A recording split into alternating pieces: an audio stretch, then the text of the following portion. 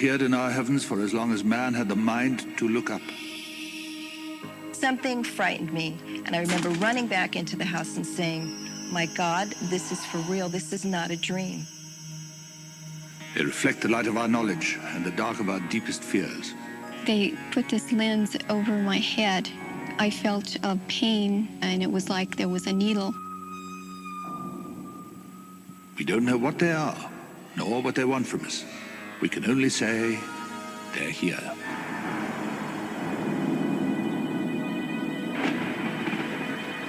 Beyond what is known lies an unexplored world of shadows and phantoms.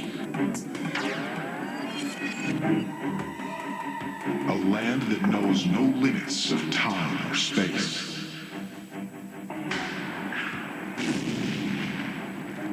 From the dawn of discovery to the nightfall of catastrophe.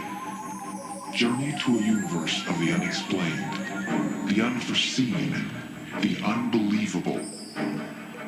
A place beyond reality where no question will go unanswered. A place where myth and legend are law, superstition a science.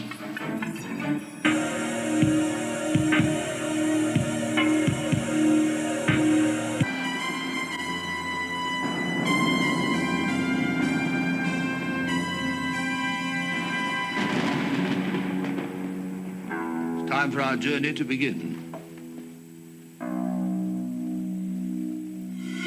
Some call them UFOs. Many disbelieve. Who are you? Why are you here?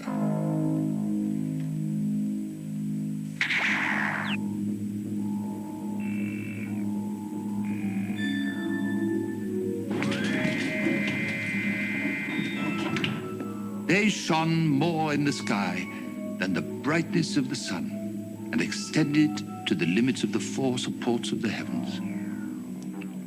3,400 years ago, that description of strange lights in the sky was recorded by Thutmose III, an Egyptian pharaoh. Another early UFO sighting is described in the Bible. Here, the prophet Ezekiel saw an object of gleaming metal with brightness around it. The prophet's sense of wonder and fear has survived into our modern era. For example, this woman is witnessing a phenomenon, a close encounter of the first kind, the sighting of an unidentified flying object, or UFO.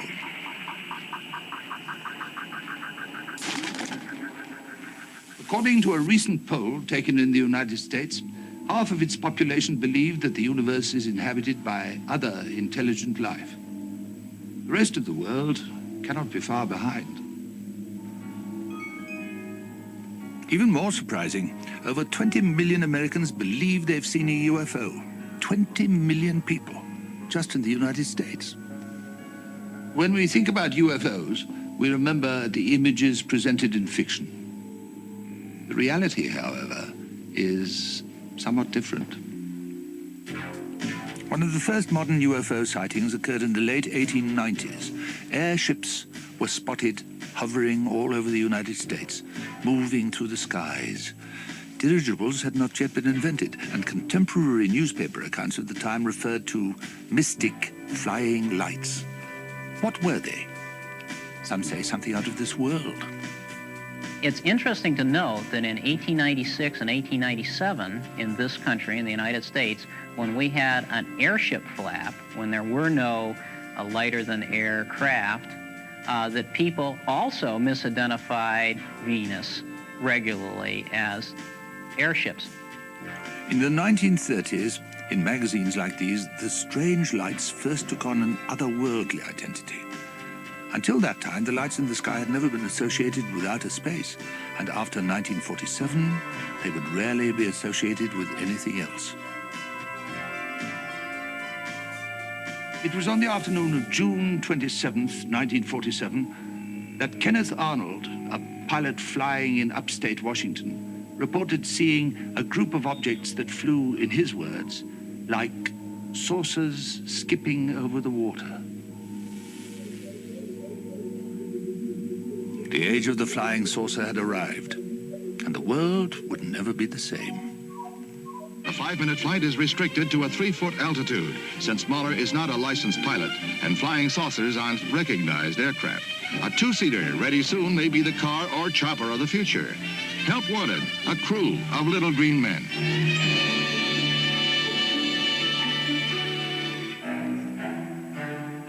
The 1950s witnessed a sharp increase in the number of sightings all around the world, and with it, more and more evidence that something unusual was happening in our skies. Even the United States government took notice, beginning an official Air Force investigation called Project Blue Book. Their files soon overflowed with more than 12,000 sightings. Documents have recently been released that purport to show that the U.S. government 40 years ago captured a crash saucer and the bodies of 4 aliens and has managed to keep that secret for 40 years. There's just too much documentation there showing attempts by scientists to try to explain this phenomenon, to just dismiss it as a figment of people's imagination. If President Nixon only knew who was able to keep the crash saucer secret for 40 years, he surely would have brought that person in to keep Watergate undercover. There is something that flies in our atmosphere that scientists for 40 years have tried to explain and still cannot explain.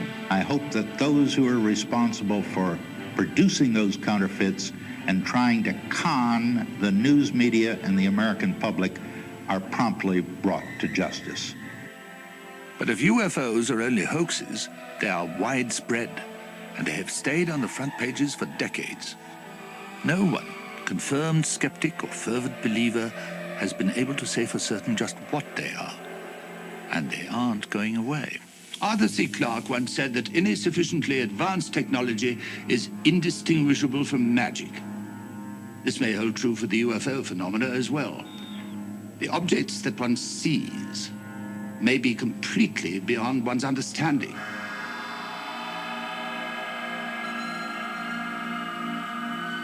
This is a close encounter of the second kind. Something is descending from the heavens into this woman's life. She has made contact. This is a close encounter of the third kind.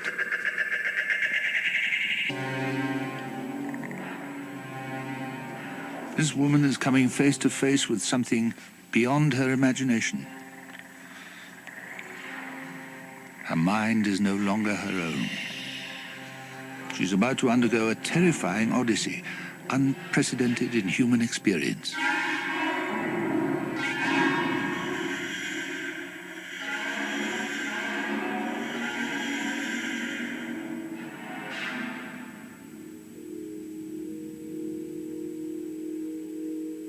There's something happening around the world. Something strange. Something frightened me, and I remember running back into the house and saying, my God, this is for real, this is not a dream. And it came towards the car that I was in very fast through the sky. 2 people came in, 2 aliens came inside the bedroom, and I was taken in aboard the ship. When I was brought into the craft, I was brought into a room that was pitch black. They put this lens over my head, and it was as though they were shooting lights, colored lights, into my head. These experiences are close encounters of the fourth kind, physical contact with the unknown, contact that has been documented by a man named Bud Hopkins. Like many people who study UFOs, Hopkins leads 2 lives. The first as an internationally recognized sculptor and artist, and secondly, as a researcher and guide, taking people on an occasionally terrifying journey through their suppressed memories, memories of their bizarre experiences. If this is true, it's the biggest story of all time. It seems to be involved with an ongoing genetic experiment, which involves taking sperm and ova samples, following people across generations in the same family, and the apparent artificial insemination of women and then a removal of the fetus later. It is so intrinsically unbelievable. It sounds so wild, and I'm the first to admit that. Yet it is going on. Could you tell me a little bit about what these people look like? Just those big, intense eyes. Big, intense eyes? What color are the eyes? Very dark. Shiny, very shiny. The patterns that I'm getting from these totally credible people are incredibly similar, these patterns, and the physical details are so similar. The weight of evidence depends upon the repetition of all these details in case after case after case, and the weight of evidence here is enormous. The one I saw most clearly was about 4 to 4.5 feet tall, I think. It was sitting down. It had big almond-shaped eyes and a long, thin face, a little thin mouth and nose. A larger head and almond-shaped eyes. Large heads, large eyes, dark eyes. I felt a pain in the navel area, and it was like there was a needle put into my stomach. Things were inserted in my nose, and things down to my stomach. I said, you have no right. They said, we do have a right. I have no reason to make up such a story. If I want to be known for something, this is the last thing that I would pick. I'm not sure what their reason is for being here, but they're here. They're around us all the time. If they're here, reports indicate that they are conducting some sort of experiment of mysterious dimension. Many witnesses describe undergoing strange tests on board these crafts. Tests involving examination tables, bright lights, strange sounds, probes, and needles. Most abductees describe a sophisticated kind of surgery that leaves indelible scars, physically and mentally. They also recall moments of excruciating pain.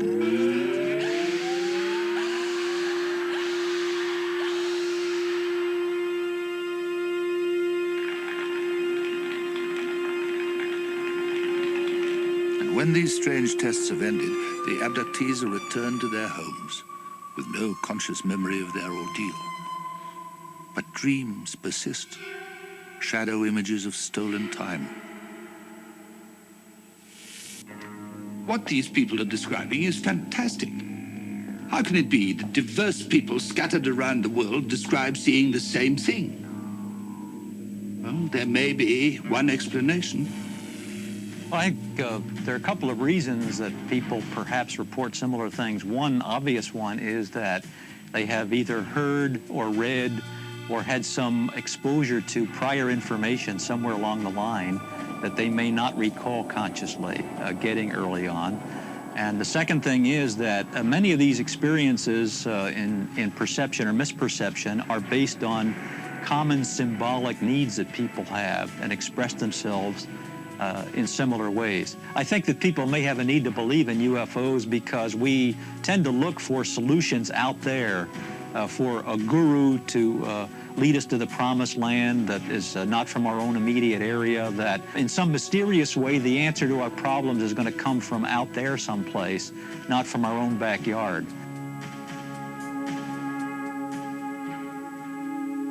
To this woman and many others, there's no question that UFOs exist. Still, many are not convinced. If UFOs have been sighted with such frequency, it's surprising the physical evidence is so inconclusive. It could be said that UFO witnesses are the worst group of photographers ever to hold a camera. But some say there is evidence that not only proves their existence, but explains precisely what they are. Is this proof that these beings and their ships exist? Or is it just a sophisticated hoax?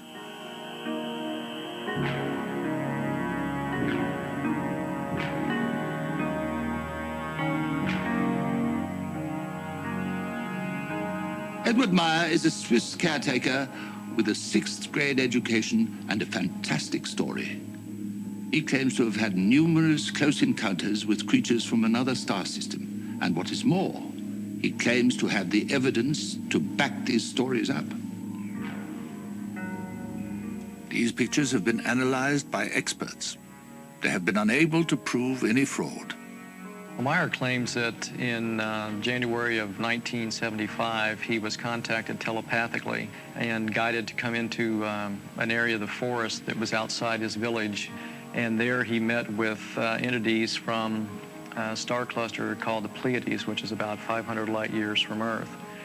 And since that time, Muir claims that he's met over 100 times under similar circumstances with the Pleiadians, as he calls them. During the course of several years, Muir took hundreds of clear-color daylight photographs and about 8 8mm film segments. If Muir has experienced what he claims, it's a revelation. And if he has not, then his case serves as a warning to those who readily believe what the naked eye tells them. For those lights in the sky may have many explanations. All one needs is an open mind. We must consider every point of view. For example, Philip Klass, a self-proclaimed skeptic who has made a career out of exploding illusions and exposing fraud. In the 21 years that I have been investigating UFO cases, including some of the most famous, seemingly most mysterious UFO cases, I have found a few hoaxes.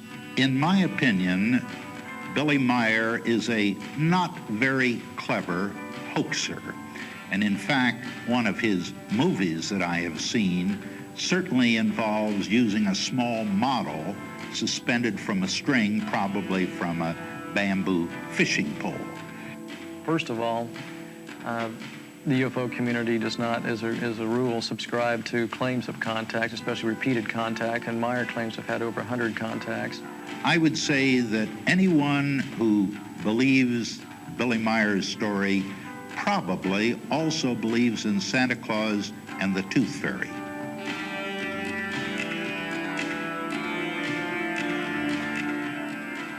To my knowledge, in 40 years, there is not a single credible photograph of a craft-like UFO anywhere.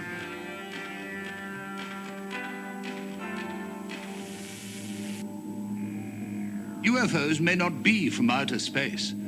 There are other, even stranger points of departure. We must journey to those places now.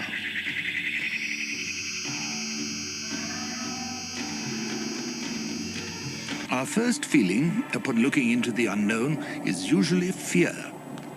But fear could be replaced with wonder, for those bright lights might be a signpost, pointing us to something wonderful. If one really thinks hard about this most curious phenomenon, many possible explanations can be found.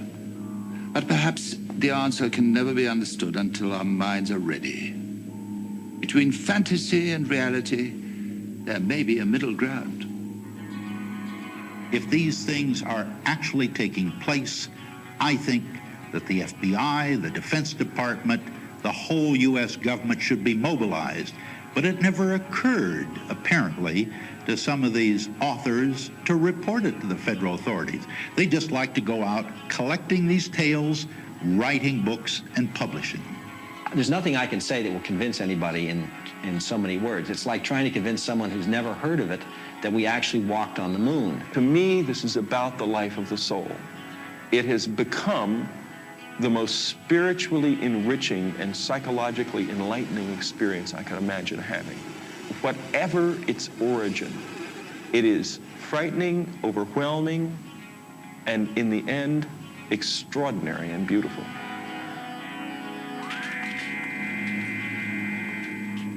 A noted astronomer once said that the universe is not only stranger than we imagine, it is stranger than we can imagine. We need to open our minds to ideas that lie just outside our full comprehension. For in doing so, we may understand this strange universe a bit more fully. They're here.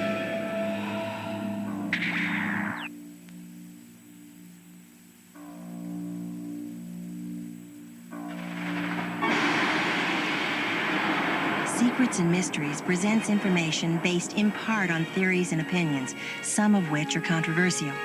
The producer's purpose is not to validate any side of an issue, but through the use of actualities and dramatic recreation, relate a possible answer, but not the only answer, to this material.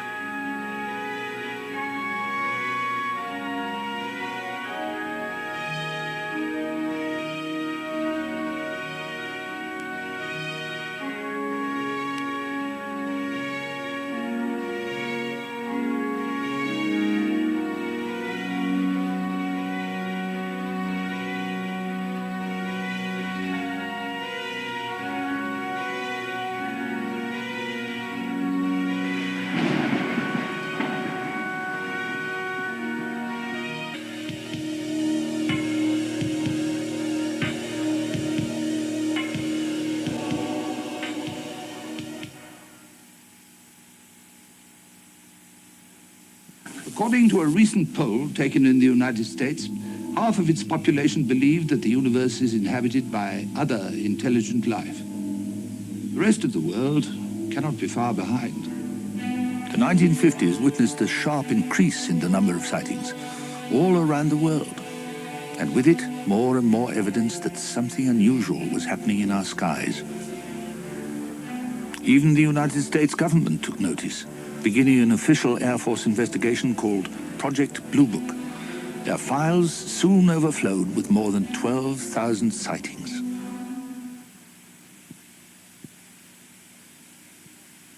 These water beasts may well be the most ancient surviving inhabitants of our planet.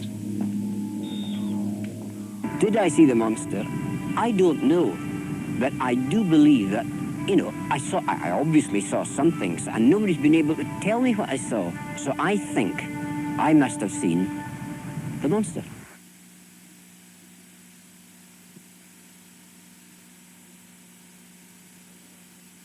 Stonehenge. That place has become a metaphor for the magnificent, the unfathomable, and the mysterious. I have the feeling that the people who built it had something very strongly in mind, maybe more than the astronomy and the worship. And I wish to goodness I knew what it was, and maybe I never will.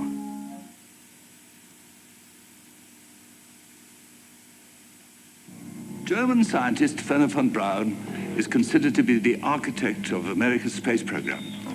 Von Braun and his team took the technology from the German V2 rocket, which had been created for destruction, and applied it to the development of the chariots that would take man to new worlds. There's never been an astronaut who got on a spacecraft, whether it was Mercury, Apollo, or even Shuttle, who didn't fully understand the risk involved and who wasn't willing to take them.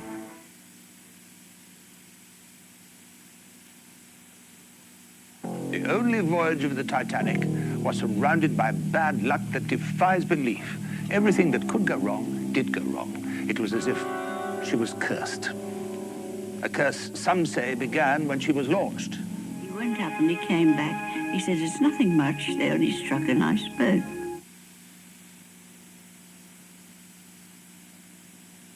This magnificent object is a symbol of genius, of ambition, and of dedication, for it is believed to have taken 30 years to construct. And that construction is not the least of its miracles. It stands as, one of the most prominent monuments for its size and complexity, and also its lack of information about it. To be able to plan and economically accomplish such a large feat for the pharaoh is extraordinary.